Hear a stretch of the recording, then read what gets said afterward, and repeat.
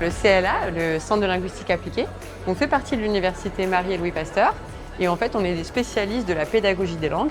On enseigne le français à des étrangers et on enseigne toutes les autres langues étrangères à qui a envie de les apprendre. Et puis on fait beaucoup de formations d'enseignants. Nos motivations écologiques au CLA, en fait, elles sont très communes à toutes les institutions de notre taille.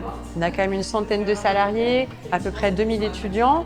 Et puis nous, on a cette particularité d'avoir un public très interculturel. À peu près 2/3 des publics sont étrangers.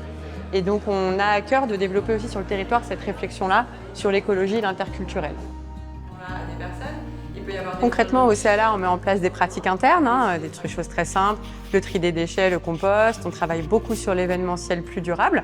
Et puis, tout simplement, on a intégré l'écologie dans la carte de nos formations. Maintenant, par exemple, tous les étudiants qui viennent en diplôme universitaire d'études françaises peuvent choisir un cours qui s'appelle Nature, écologie et société.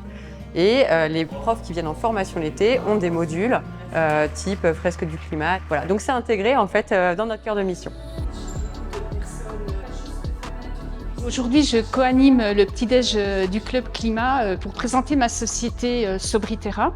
Sobriterra a pour vocation de rendre très concret la transition écologique au travers de multiples ateliers, notamment des ateliers de cuisine végétale, des ateliers de cosmétiques naturels et aussi des ateliers du faire soi-même. J'interviens pour tout public, dans les entreprises, dans les collectivités territoriales.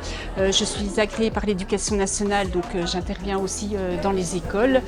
Et aujourd'hui, j'ai été très contente de pouvoir présenter mes activités à tous les membres du Club Climat.